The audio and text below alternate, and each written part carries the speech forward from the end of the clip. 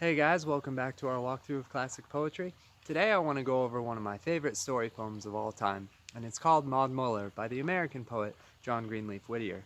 Now, Whittier wrote a lot of story poems, mostly set in early America around the time of the 13 original colonies in the 1700s, and he always had these characters that were at odds with the society of their day. Since John Greenleaf Whittier was a Quaker pastor, most of his characters were these Quaker heroes from early America that were really mistreated by the Puritans. But in the poem Maud Muller, the two chief characters are a rich judge from a town and a poor farm girl from that same town.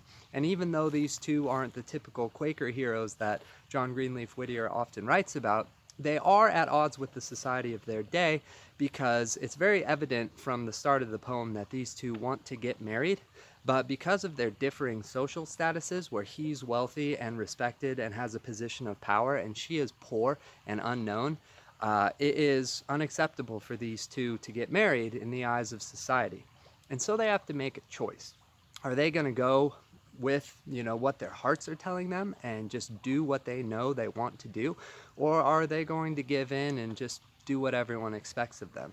So that's the scenario behind Maud Muller. It's a rather long poem, so you're going to have to bear with it a little bit, and it gets a little bit confusing in the middle because each of the characters kind of takes some time to reflect on the direction their life has gone, and they kind of monologue, have an inner monologue for a while just thinking about their lives, and it gets a little bit convoluted. So if you get lost, that's probably what's happening. You can go back and read through it another time or pause the video till you get a handle on what's going on. As always, it's written down below so you can follow along as I read aloud. Here's Maud Muller. Maud Muller, on a summer's day, raked the meadows sweet with hay. Beneath her torn hat glowed the wealth of simple beauty and rustic health. Singing she wrought, and her merry glee the mockbird echoed from his tree. But when she glanced to the far-off town, white from its hill slope looking down, the sweet song died in a vague unrest, and a nameless longing filled her breast. A wish that she hardly dared to own for something better than she had known. The judge rode slowly down the lane, smoothing his horse's chestnut mane. He drew his bridle in the shade of the apple trees to greet the maid, and asked a draught from the spring that flowed through the meadow across the road. She stooped where the cool spring bubbled up, and filled for him her small tin cup, and blushed as she gave it, looking down on her feet so bare in her tattered gown. "Thanks," said the judge, "a sweeter draught from a fairer hand was never quaffed."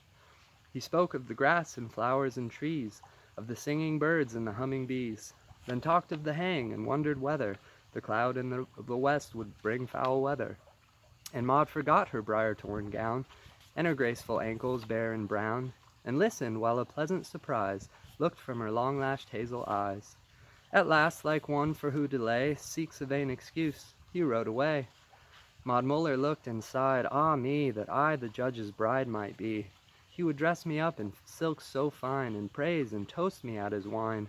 My father should wear a broadcloth coat, my brother should sail a painted boat. I'd dress my mother so grand and gay, and the baby should have a new toy each day. And I'd feed the hungry and clothe the poor, and all should bless me who left our door." The judge looked back as he climbed the hill, and saw Maud Muller standing still. A form more fair, a face more sweet, never hath it been my lot to meet. And her modest answer and graceful air show her wise and good, as she is fair. Would she were mine, and I today, like her, a harvester of hay. No doubtful balance of rights and wrongs, nor weary lawyers with endless tongues, but low of cattle, and song of birds, and health, and quiet, and loving words. But he thought of his sisters proud and cold, and his mother vain of her rank and gold. So closing his heart, the judge rode on, and Maud was left in the field alone. But the lawyers smiled that afternoon, when he hummed in court an old love tune, and the young girl mused beside the well, till the rain on the unraked clover fell. He wedded a wife of richest dower, who lived for fashion as he for power. Yet oft in his marble hearth's bright glow he watched a picture come and go, and sweet Maud Muller's hazel eyes looked out in their innocent surprise. And oft when the wine in his glass was red, he longed for the wayside well instead, and closed his eyes on his garnished rooms to dream of meadows and clover blooms. And the proud man sighed with a secret pain Ah, that I were free again, free as when I rode that day, where the barefoot maiden raked her hay. She wedded a man unlearned and poor, and many children played round her door. But care and sorrow and childbirth pain left their traces on heart and brain.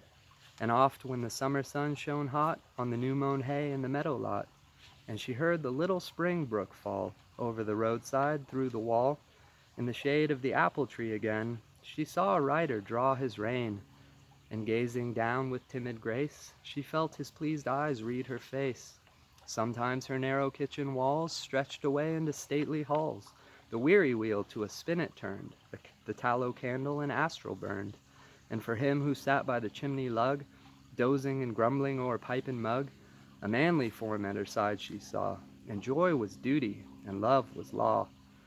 Then she took up her burden of life again, saying only, it might have been. Alas for maiden, alas for judge, for rich repiner and household drudge. God pity them both, and pity us all, who vainly the dreams of youth recall. For of all sad words of tongue or pen, the saddest are these, it might have been. Ah, well, for us some sweet hope lies, deeply buried from human eyes, and in the hereafter angels may roll the stone from its grave away. Man, those are some of the most haunting and tragic lines in any poem in the English language. For of all sad words of tongue or pen, the saddest are these, it might have been. You know, this poem really reminds me of one of the most famous things that the philosopher Socrates said when he said the unexamined life is not worth living. You know, because if we don't take time to figure out why we're doing what we're doing, we might end up just doing what everyone expects of us and never give it a second thought. And then we might come to the end of our life and go, oh my gosh, I never took a risk. You know, I never followed my passion. I never did something that really made me come alive. And we might tragically say of ourselves, wow, what might have been, you know, it might have been different if I would have taken more risks, or if I would have followed my heart.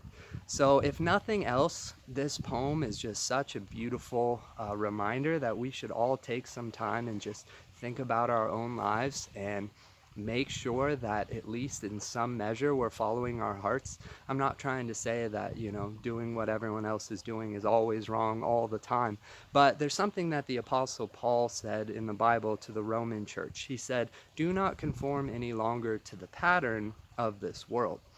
And that struck me the first time I read it, because it made me consider, wow, is there really a pattern to the world? Like, is it trying to make us all into cookie cutter images of one another? And in some sense, that's very true. You know, if you take a look at modern life, you know, there is a pattern. We go to school, then we go to college, and then we get a good job, we get a house, we get married, we have 2.5 kids and a divorce. You know, that's kind of the pattern that each person falls into in the modern life. And it's not as though those things are wrong. It's just that they're not enough to live for. We have to find something else that's greater than those things, or else we will come to the end of our lives with some measure of regret, thinking, wow, I never followed my heart. You know, I never did anything that I was really passionate about. This poem also echoes one of my other favorite poems that we've also done a walkthrough on, which is Edna St. Vincent Millay's sonnet, Love Is Not All. You know, in that sonnet, if you haven't gone through the walkthrough, she kind of goes through in a sarcastic way explaining all these things that love is not, right? Love is not all. It is not meat or drink, or nor slumber, nor a roof against the rain. You know, she goes through explaining how love isn't actually necessary for life. You know, it's not any of these things that we need to survive. And then in the middle of the sonnet, she says, and yet many a man is making friends with death, even as I speak, for lack of love alone. And the reason why this is echoed in the poem Maud Muller is I love the part when the rich judge is sitting in his house and thinking about his life, and it says, and oft when the wine in his glass was red, he longed for the wayside well instead.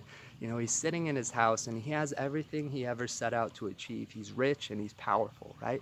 And he's sipping on his red wine and he's thinking about his life, and it says, Oft when the wine in his glass was red, he longed for the wayside well instead, which means he would rather give up everything that he has achieved and be poor, because the wayside well represents the poverty where he met Maud Muller, and she gave him a drink in her small tin cup from the spring that flowed in by the field of hay that she was working on. That's where he met her. And so when it says he longed for the wayside well instead, he realized, I would rather be poor and have love than to have everything I ever thought I wanted and to not have love. And so it's just such a beautiful set of lines, and it really is gripping and makes you want to examine your own heart and make sure that you're living your life to the full, and that you aren't going to come to the end of your life and look back and say of yourself, it might have been. So I really hope you enjoyed this poem. You'll probably need to read it a couple more times to really get a handle on what's going on. I had to read it 3 or 4 times before I really understood, how the poem transitioned from one thing to the next, because it's a little bit convoluted, but it's just an absolutely beautiful poem, and I hope you enjoyed it. I look forward to seeing you next time.